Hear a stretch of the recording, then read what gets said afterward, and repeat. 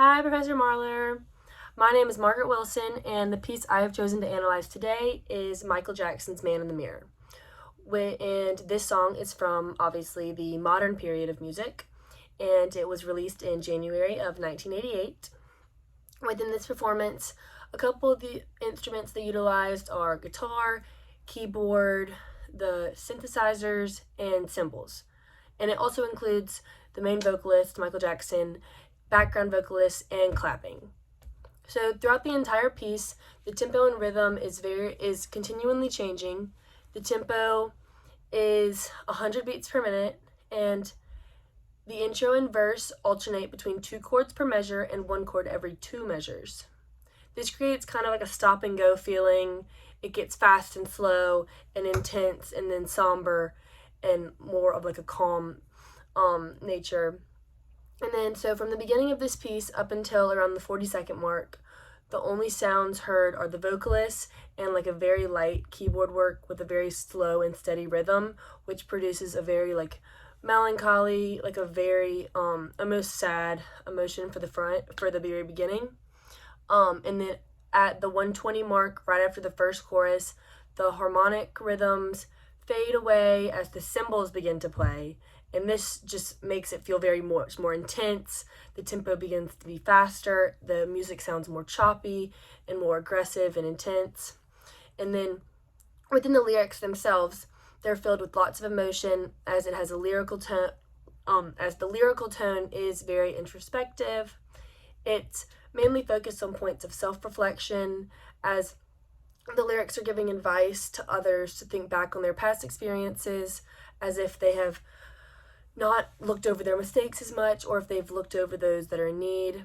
And then at the 3-minute mark, the tone becomes much more ashamed through lines such as, "I'm gonna make a change for once in my life." And then as seen 30 seconds later at the 3-minute and 30-second mark, the symmetry of like the section lengths is broken, which after I researched it, I learned that he did that on purpose in order to draw attention to like specific parts and to draw attention to the emotions that he found most important. And then my favorite part about this piece is how dynamic it is.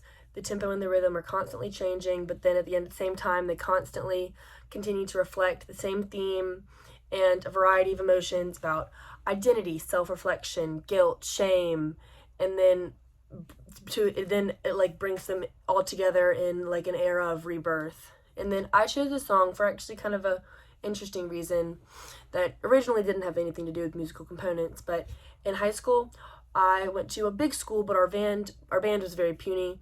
It was very sad. We always had trouble getting people to sign up for the band, but at every single home football game, the student section started a tradition where our band every game would play Man of the Mirror, like our little band. And so the student section started a tradition where we'd hold our flashlights up and we'd put our arms around each other and we'd sway to the music and sing Man of the Mirror. So for me, it just always brings back like a sense of warmth and familiarity.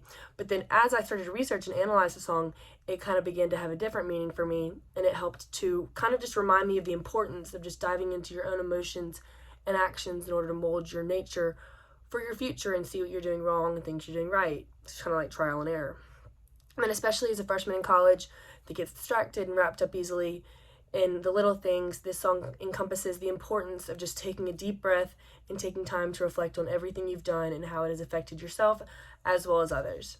And then going along with that, a movie scene I can see very fitting with this song would be, it could really be any girl or boy even in a movie that just has a big reflection period, like a sense of just they've realized what they've been doing or what they should be doing. But I saw it fitting in the scene of Mean Girls, the movie, where Katie, who's obviously the new girl from Africa, she like loses herself and hanging out with the cool girls, and she turns on the people who are truly kind to her.